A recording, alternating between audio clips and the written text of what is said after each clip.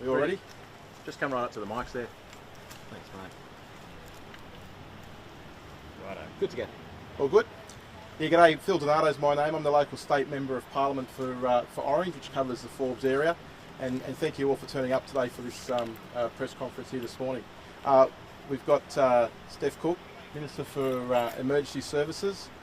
Thank you, Steph, for making the journey out to Forbes. I know it's the second time in a couple of weeks you've been here, so thank you. The Premier of New South Wales, Mr Dominic Perrottet, also in attendance today, and it's his second visit in the last couple of weeks as well, and we really appreciate, Dom, you making the time and effort to get here today to see firsthand what's happening here in Forbes. We've also got Rock Warshaw, the local SES controller, Phyllis Miller, a local mayor from Forbes, and Roy Butler, MP, member for Barwon. Look, just briefly, I won't speak too much because I'll hand over to the Premier to speak very shortly, but really important to show that we've got bipartisan support for the communities here in Forbes, what they're facing with this recent flood event. And we're seeing the river or the water rise at considerable levels just in the time that we've been here today, and it's expected to peak later today or possibly tomorrow. So the message really is out there to people to look after themselves. Don't drive through flood waters. If it's risky, don't risk it. But more importantly, look out for one another and support each other in the local community. I know the Forbes community is a tight-knit community. They really do stick out for each other, look after each other, support one another, which is really important at these times of need. But without further ado, I'll hand over to the Premier of New South Wales, Mr Dominic Perrottet, to speak further on the issue. Thank you, Dominic. Thanks, Phil. Well, as Phil's pointed out, back here in Forbes, here a couple of weeks ago, the community here of Forbes has gone through a very difficult time and is now facing worst flooding in 70 years. But we will get through it, as we have through every other event, including around 12 months ago when Forbes was also hit by some challenging floods, which they dealt with. And they dealt with that through the great support of the SES. I want to thank Rock, who's with us today. We've been meeting each other far too often through this period, but the community here is resilient. It's been great to see so many people coming together, our uniformed volunteers and our non-uniformed volunteers, people coming together to help with sandbagging, to protecting homes right across this region. I want to reiterate to everybody to continue to follow the instructions of the emergency services, whether that's in Forbes or anywhere else across our state. We're flying to Wagga this afternoon, where they're also going through a difficult time. And what we know is that we follow those evacuation orders. Even if you don't see flooding around you, that's the best way to keep you and your family safe. We also say, stress this every time, don't drive through floodwaters. We see too many lives lost because people don't follow that simple rule. As I said yesterday, you wouldn't drive into a bushfire, don't drive into floodwaters. You're putting your life, your family's life, and also the life of our volunteers and the resources of our SES during those rescues. Today we're also announcing for our farmers, agricultural producers across New South Wales in those affected LGAs that the rural assistance grants are available of up to $25,000. I want to thank the Commonwealth Government for the support that they have provided with that. I think the work that the state and the Commonwealth are doing together when it comes to emergency management significantly improved. And we'll continue to work with the Commonwealth Government in relation to additional support, financial support for our farmers who have gone through a very difficult time, many coming back through drought, now on the way to having a bumper harvest, and for that to be lost in this difficult time is a real challenge. But the government is here from both the state and Commonwealth level to provide that additional support for those who need it. I also want to thank the ADF. We have 50 ADF personnel who will be deployed here in Forbes to provide support over the next coming days as we expect these flood waters to continue to rise. They are a source of inspiration for people on the ground, but they're also providing significant assistance, also with the Black Hawk helicopter to help carry out night rescues should they be required over the next few days. In conclusion, I just want to continue to stress that point. Follow the instructions of the SES. If those evacuation orders are in place, please make sure you leave, because by staying, those orders are there to keep you and your family safe, and We would expect these floodwaters to rise, so in those circumstances, those orders are in place. Listen to those instructions. Our SES volunteers are doing an amazing job on the ground here in Forbes and right across the state, so please continue to keep you and your family safe. Look out for each other, and can I just finish by saying it's a wonderful thing in my role as Premier to come and see so many people coming together to look after each other, as we see in every single flood event, and I've seen that on the ground today in Forbes, and I want to thank the community, not just for following those instructions, but by helping everybody else get through this difficult time. Now I'm going to pass to Steph Cook, the Emergency Services Minister, to provide some further information in relation to those grants that are available today, and an update in relation to the statewide flooding situation here in New South Wales. Thank you, Premier. Well, we're here in Forbes where we are expecting record-breaking floods through this community in the days ahead. And whilst the weather conditions are easing for a short period of time right across New South Wales, the flood risk has not. So even if you are in a community where you are not at risk of inundation for your own home, you may very well become isolated with rising floodwaters cutting roads right across New South Wales at the present. So we're really asking you to continue to keep up to date with the alerts as they come out in relation to your community. We do have over 100 emergency warnings in place today right across New South Wales. 9 river systems are in major flooding at present, and of course we've not only got the very real risk here in Forbes in the Lachlan Valley, but we're also seeing major flooding in the Murray, the Murrumbidgee, and the river systems out west like the Barwon and the Darling, the Namoy, etc. So really asking people to work with us over the days ahead. We will see more blue skies into the future, but just for now we just need people to continue doing the right thing, looking after each other and working with our emergency services organisations.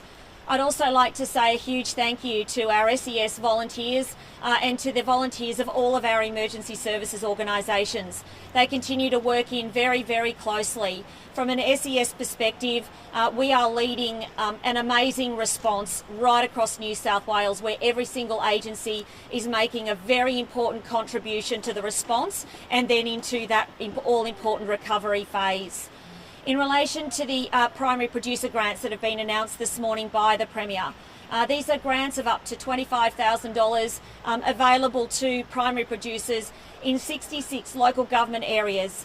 We have extended overnight the number of local government areas covered by natural disaster declaration by an additional 11, taking the total number covered by this event to 66. And to give you some context, in our February-March event, there were just over 60 local government areas impacted by that event. So this event now eclipses what we have seen earlier in this year.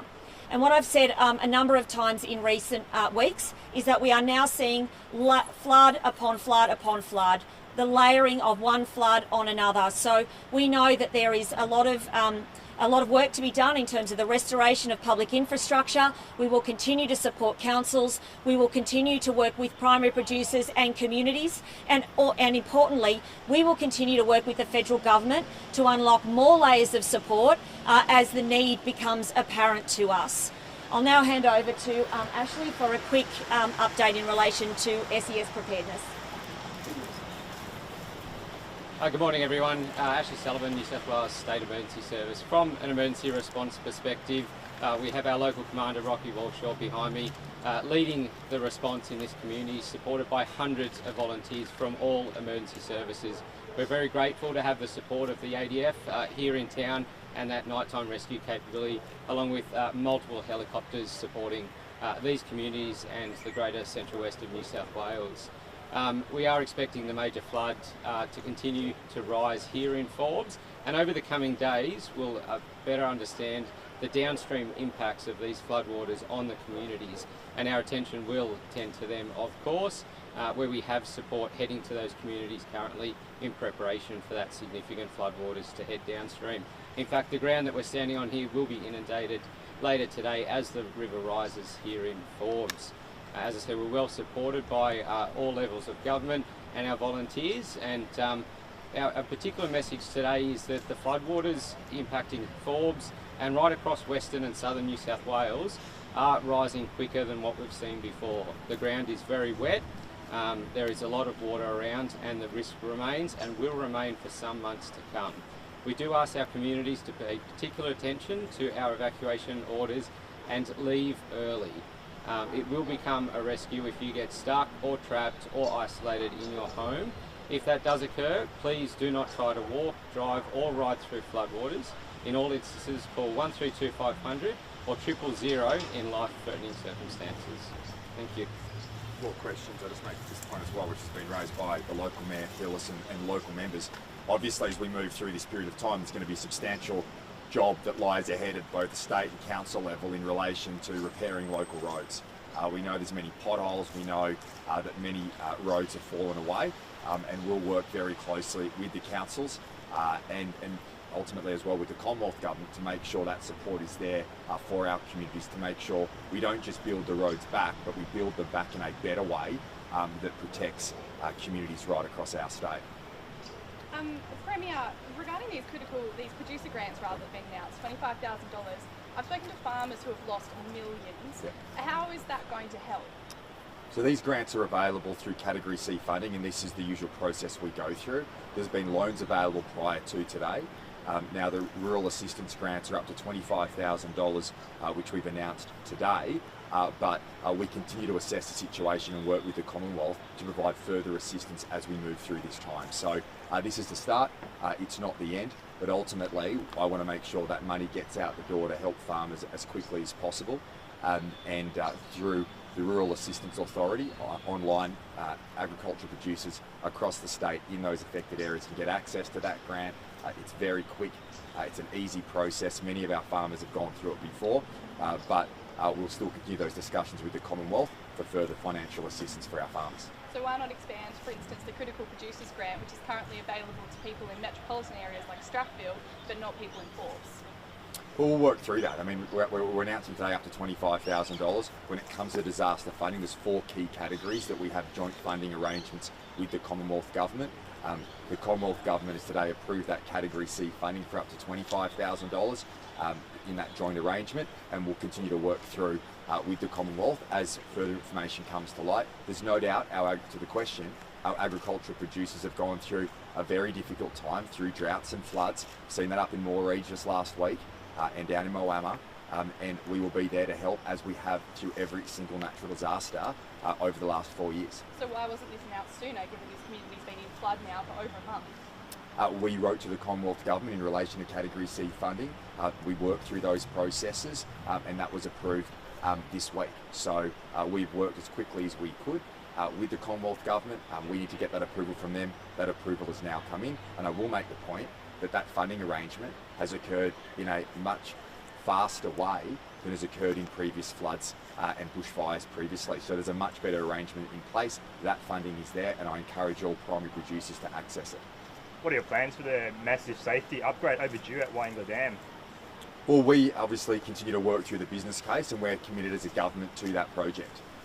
The business case work continues. We allocated funding in this year's budget to finalise that business case, and once that is completed, we'll be working closely with the federal government for a joint funding arrangement for that project. Dams are of national significance, and not just in relation to protecting communities for flooding, but also for water security as well. So we are committed to that project. We're finalising that business case. Funding was allocated in this year's budget. We can't be clear in relation to it. It's an important project, not just for the community safety, places like Forbes, but also in difficult times of drought, which we know will come again. The federal government has walked away from funding for a lot of these types of projects, like the Dungowan Dam. So how can you be sure it'll go ahead? Will you commit to fund it in its entirety if the federal government We've always said when it comes to federal funding to New South Wales, we should be getting our fair share. Now, my view is this is a nationally significant project that should be jointly funded, just like the Warragamba Dam. But ultimately, they can choose what projects they want to fund. I just want to make sure that New South Wales gets its fair share of infrastructure funding. And there's report after report that clearly demonstrates that New South Wales gets shortchanged when it comes to infrastructure investment from the Commonwealth. And that has been a consistent thing. Whoever has been in charge in Canberra. And the reason that occurs is because New South Wales, under our government, has the biggest infrastructure agenda anywhere in the country.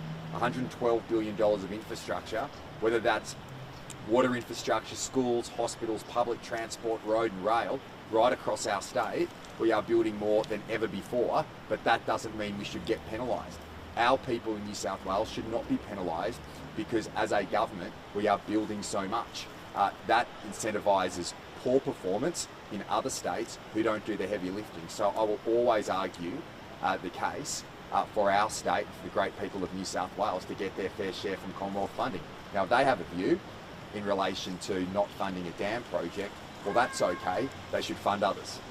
Condobolins next in the firing line. Is there ADF support for them? They've just returned last week. Say that again? Condobolins next in the firing line. Do they have ADF support? Yeah, so we have, and I might get Steph to comment on this, but my understanding is there's around 200 ADF that are available at the moment for our flood-ridden communities in New South Wales. And from what I've seen, whether that was in Deniliquin last week, Moree, and here today, we landed at Parkes Airport this morning. There are ADF there on the ground. And I want to thank them for the work that they are doing, because the feedback I've received over the last couple of weeks is that the ADF is providing incredible support to our emergency services teams right across New South Wales, and they are ready to be deployed to those areas that need assistance. As I said, 50 coming into Forbes over the next day. Just a quick one, sorry. Will the taxi compensation package pass? Well, the minister's working through those issues. As I've said, that there's been concerns raised in relation to that package. I'll work with the minister to make sure we get a position that supports our taxi drivers. Will we be introducing it to Parliament as well? Well, that's a matter for the minister. I'll speak to him about it. Obviously, my focus today is, and over this week has been on our flood-ridden communities and getting them back on their feet as quickly as possible. And what's your response to the Upper House's first home buyer stamp duty report? Well, I welcome the report today, and Labor should get out of the way of not allowing first homeowners to get their keys to the great Australian dream. That's what this reform is all about. It's about choice, allowing first home buyers the opportunity of either paying that upfront stamp duty that we know is a burden for many young families, or a smaller annual amount. The report today clearly demonstrates that this is in the best interest of young first home buyers across New South Wales, and I welcome the report today and just say Labor should get out of the way. Last one. Premier, just quickly, just on the roads, you mentioned you're going to work with councils. Yeah. What work are you going to do? What packages, what money is going to be on the table? There's hundreds of millions of dollars worth of damage to roads. So what concrete examples can you give that you're going to do for these councils? Well, we work through it. I mean, we're currently flooding. You don't come into town and say, well, here's what the road package is. We're focused today on the protection of communities. That's why we're in Forbes today, and we've been travelling around the state. What I have spoken to mayors and local councillors right around New South Wales has been, please provide us with the infrastructure support that you need, and we'll work in partnership with you once we get through this difficult time. And the local members today have raised the same concerns with me. It's not an issue that's unique to Forbes, it's an issue that's statewide after what has been an incredibly difficult 12 months when it comes to flooding events, and before that, fires. So a lot of the state and public infrastructure has been significantly affected during these events. My commitment is to making sure we rebuild in a better way. I also appreciate that many councils across the state don't have the financial capacity to do a lot of this work. Given the constraints that are there, I'll work very closely with them to get the job done. Thanks very much. I've got a thing to do. I've got to see you, buddy. What? What up, mate? Thank you. Cheers, Rocky. I've got yours.